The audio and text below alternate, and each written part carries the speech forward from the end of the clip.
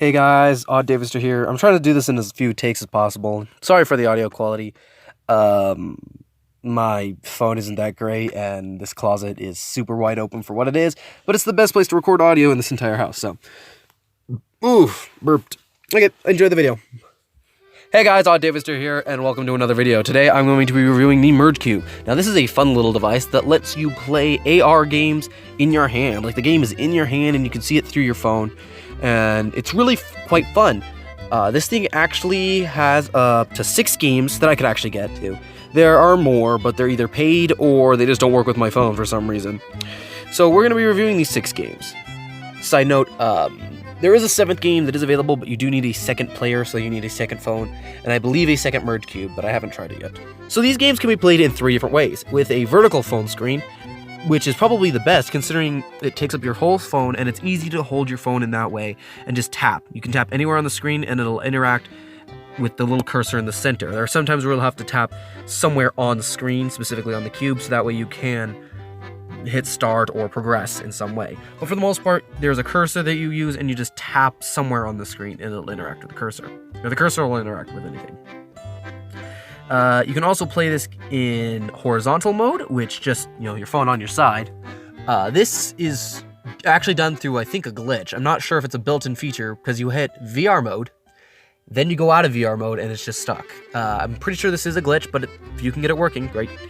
And then lastly, you can get it working in VR mode. If you have a VR headset that has a spot for your camera and some sort of click button, like it simulates a tap on screen, then it will work with that. So I'm not going to be reviewing anything in VR because it just looks bad on camera and I can't really do it too well.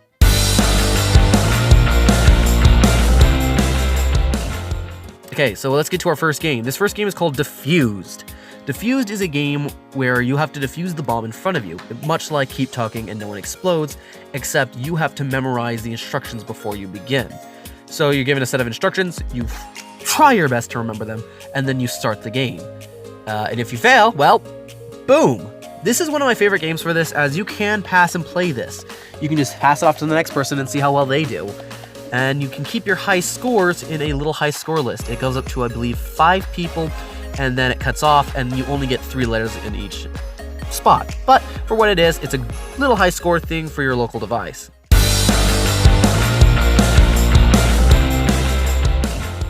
Okay, this next game we have here is Snake Attack. Now, Snake Attack is just Snake, but in 3D. The visuals of this game are very nice and have a very neon retro style.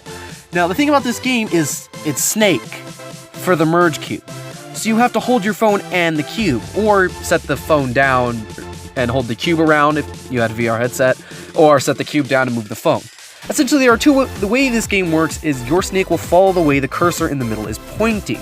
Now, you can hold the phone and try to just point in the direction you want the snake to go, or you could pick it up and move the cube based on the direction you want it to go, or a bit of both.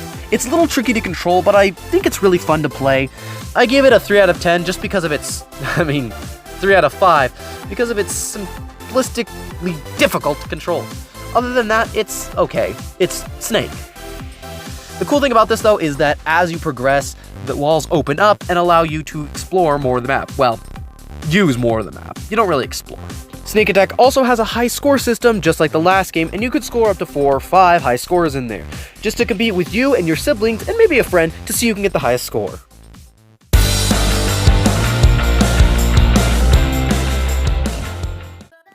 Oh boy, we have a really good game for the Merge Cube right here. So this game is called Tilt, and the way this game works is you tilt the Merge Cube to roll the little ball. This plays a lot like one of those puzzle balls that has a little marble that you try to get from the beginning to the end. It has multiple levels, and they're all very simplified, especially compared to what I just compared it to, but they are very unique, and they're very fun to play.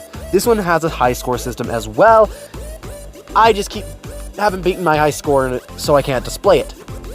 Beyond that, though, this game has some very unique, interesting levels, and it really plays on the fact that the Merge Cube is a device that you're holding in real life. At the same time, it doesn't play too strictly with physics, and so you can do some really interesting things. Heck, you can even cheese the second level and beat it without having to do most of the course.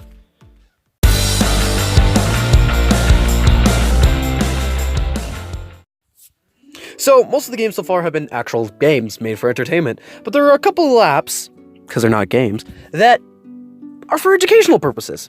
Like this first one. I forgot the name, but it's called Solar System to me. This is a giant solar system that you can just hold in your hand. It makes you feel powerful. If you want to learn more about each planet or the sun, you can just tap on it and click the little annotation and read it. It's really interesting and it's a great learning tool. I would recommend this if you're a teacher and you want to show it to, like, you know, some young kids. If you're someone like me, it's great for turning this panda into a cosmic being.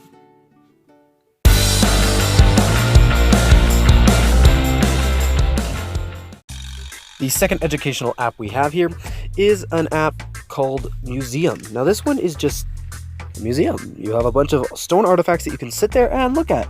That's pretty much it. You can cycle through them looking through them and just tapping which one you want and tapping the next button.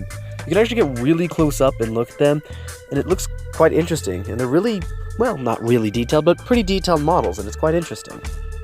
This is also one of the ones that's better to have a VR headset for, realistically.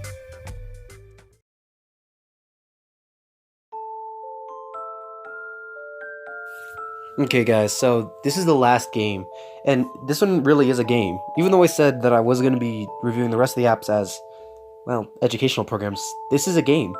This is actually the game that drew me into the Merge Cube to begin with, what made it interesting and cool to look at. The one that I thought would be the most fun. Let's get into it.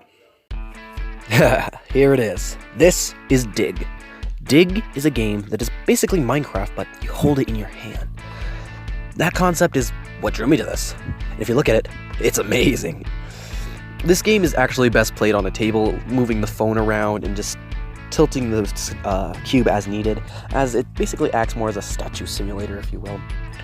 The game is very interesting as it adds the ability to build and share your worlds very easily, and to also download other people's worlds. You can download basically as many worlds as your phone will hold, and you can load them up at any point. This game also allows you to build well outside of just the cube area, up pretty high.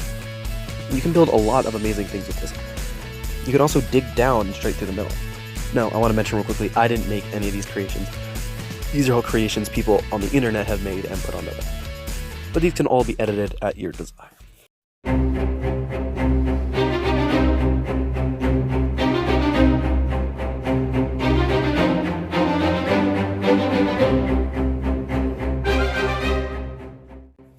And now my final conclusion. Here's where I will rank all of the apps that Merge has to offer and tell you if Merge is a really good product. Before I do that, though, I'm going to tell you that you have to move the cube slowly. This is kind of a silly thing to say, but a lot of people, my brother especially, really think it's really obnoxious that you can't just move it around a bit faster. But you have to move it kind of slowly so that the camera and the apps can figure out what's going on. At the same time, you have to have a really, especially if your camera isn't very good, you will have to have a lot of different lighting changes. You have to make sure you're in a room that's well lit, but at the same time has enough shadow or shade that it can easily see the colors, and there's not a lot of color, black and whites in the area, so it doesn't mess it up. Those are the biggest drawbacks of this, is it just can be kind of finicky sometimes. But other than that, it's really fun. And now it's time for the final reviews.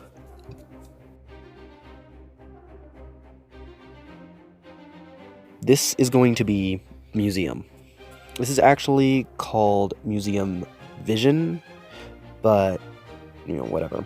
It's got to be the most boring. It doesn't really have any historical facts. It's just statues with little quotes at the bottom. It's interesting enough as a concept for how this thing could be used, but it doesn't really work with what it's trying to do.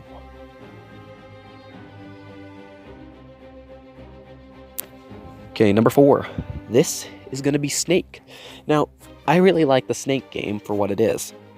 It's Snake, but it's, I don't know. It's just Snake. It's too simplistic for what it is, and the controls are very finicky, so it's very hard to get used to.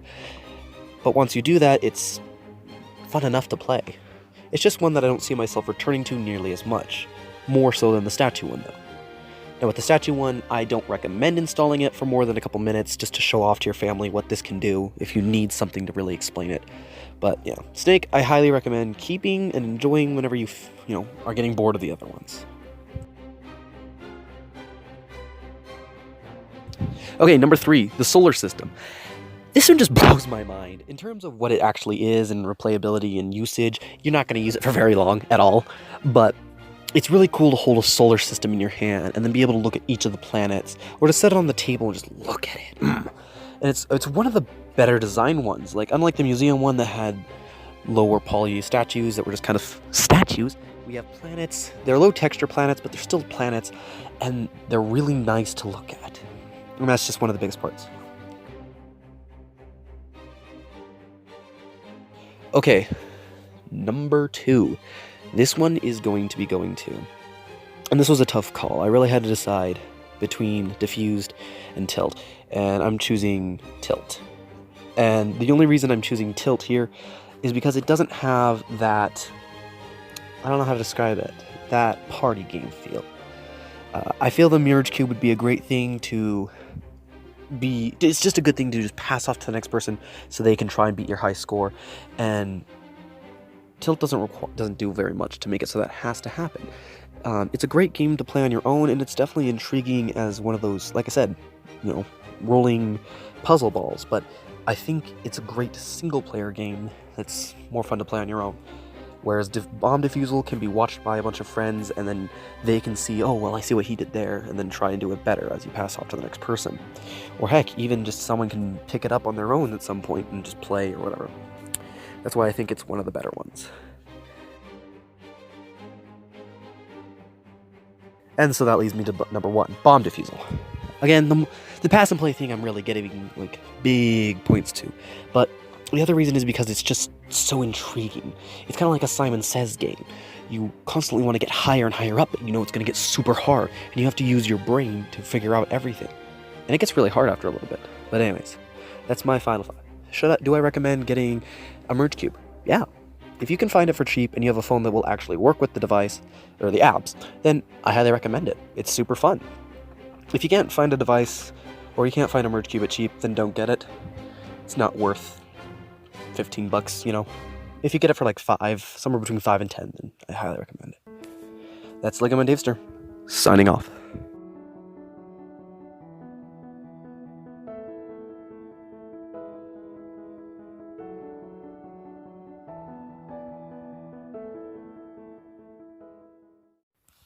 So a lot of these apps actually require you to sign in. In order to avoid this, you just click sign in or next or whatever, and then hit close, and then it just takes you to the app.